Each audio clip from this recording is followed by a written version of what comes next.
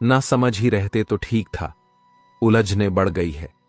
जब से समझदार हुए हैं, किसी के पास सब कुछ हो तो जलती है दुनिया, और किसी के पास कुछ ना हो तो हंसती है दुनिया।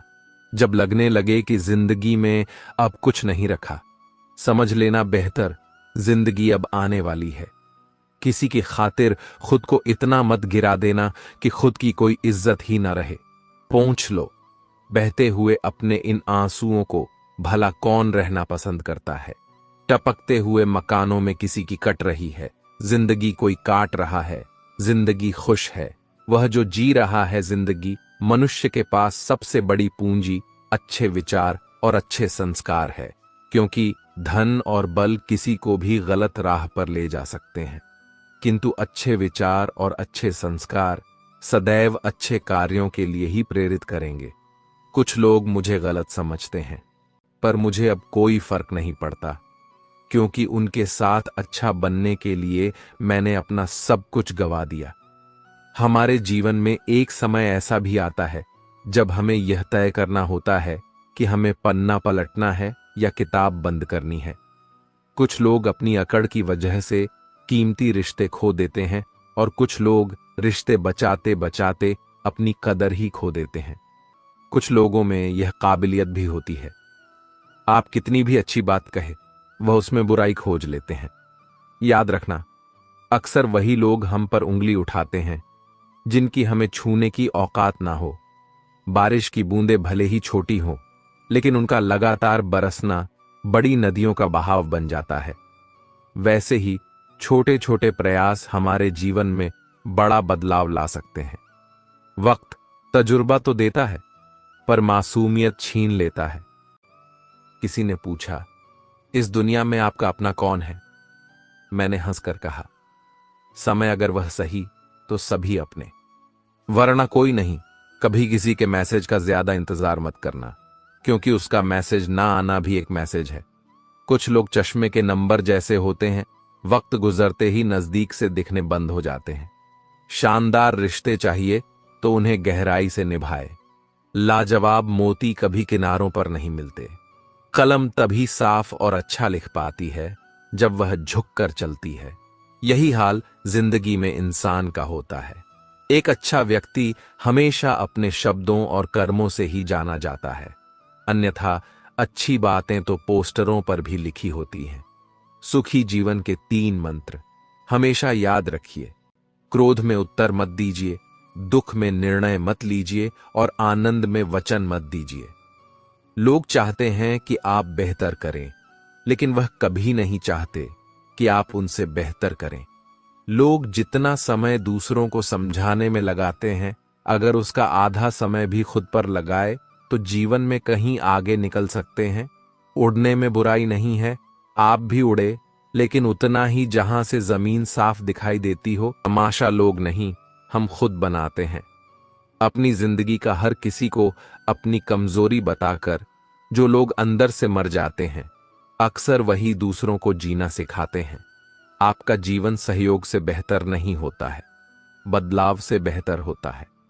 अपने जख्मों को लोगों को दिखाने से पहले जरा सोच लेना चाहिए, क्योंकि आजकल लोग जख्मों पर मरहम नहीं नमक लगाते हैं। बुरा वक्त भी हमें कुछ नया सिखा जाता है, कुछ नया नहीं तो हमें अपने और पराये की पहचान करा ही जाता है। सर झुकाने की खूबसूरती भी क्या कमाल की होती है। धरती पर सर रखो और दुआ आसमान में कबूल हो जाती है। ध्यान का अर्थ आंखें बंद करना नहीं, बल्कि खोलना है। बंद तो पहले से ही है। विश्वास तो दर्पण है, तोड़ो तो पहले जैसा रूप नहीं, और जोड़ो तो पहले जैसा अक्ष नहीं। सांसें किसी का इंतजार नहीं करती है, चलती है या चली जाती है। अंदर कोई झांके तो टुकड़ों में मिलूंगा। यह हंसता हुआ चेहरा तो जमाने के लिए है, एहसान नहीं है। जिंदगी तेरा मुझ पर, मैंने हर सांस की यहां कीमत दी है। रिश्तेदार बिल्कुल बैंक की तरह होते हैं, जरूरत पड़ने पर सर्वर डाउन ही मिलता है। यह जिंदगी भी अगरबत्ती की तरह है, महकती कम सुलगती ज्यादा है।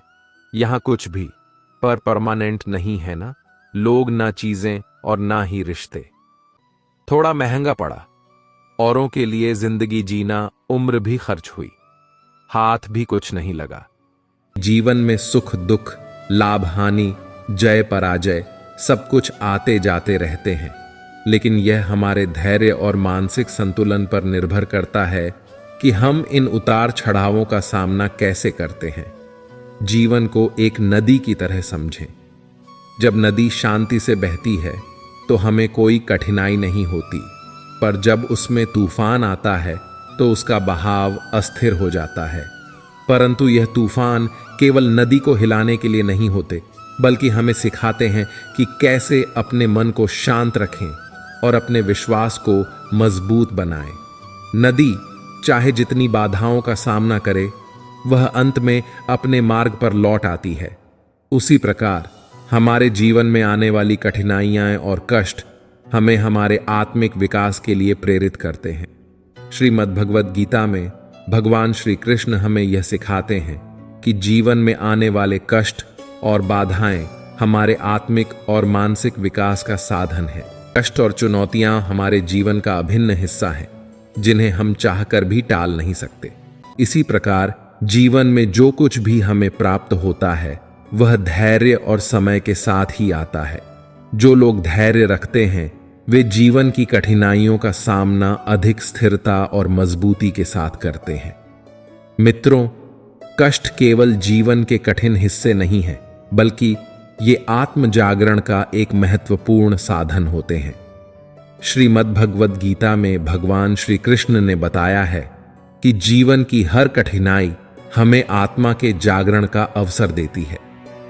जब हम कठिनाइयों का सामना करते हैं तब हमें अपने भीतर छिपी हुई शक्तियों और क्षमताओं का एहसास होता है, जिनसे हम सामान्य अनजान रहते हैं। यह कष्ट हमें मानसिक और आत्मिक रूप से जागरूक बनाने का काम करते हैं। एक कुम्हार जब मिट्टी से बर्तन बनाता है तो उसे बार बार मिट्टी को थपथपाना और आकार देना पड़ता है। अगर वह इसे सही रूप में नहीं बनाएगा तो बर्तन टूट सकता है या उसका आकार बिगड़ सकता है। इसी तरह जीवन की कठिनाइयां हमें थपथपाती हैं, हमें आकार देती हैं और हमारे व्यक्तित्व को मजबूत बनाती हैं। ये कठिनाइयां हमारी आत्मा को जागृत करने का माध्यम बनती हैं, ताकि हम अपने जीवन का सच्चा उद्देश्य समझ सकें। मित्रों, जीवन की कठिनाइयां केवल हमें कष्ट देने के लिए नहीं होती, बल्कि ये हमारे भीतर छिपी आंतरिक शक्तियों को जागृत करने और हमें आत्मिक मार्ग पर आगे बढ़ाने के लिए आती हैं। गीता में भगवान श्री कृष्ण ने यह समझाया है कि हर चुनौती एक अवसर है जो हमें निखारने और मजबूत बनाने के लिए आती है। जब हम जीवन को एक परीक्षा के रूप में देखते हैं तो कठिनाइयां हमें टूटने के बजाय संवारने का काम करती हैं।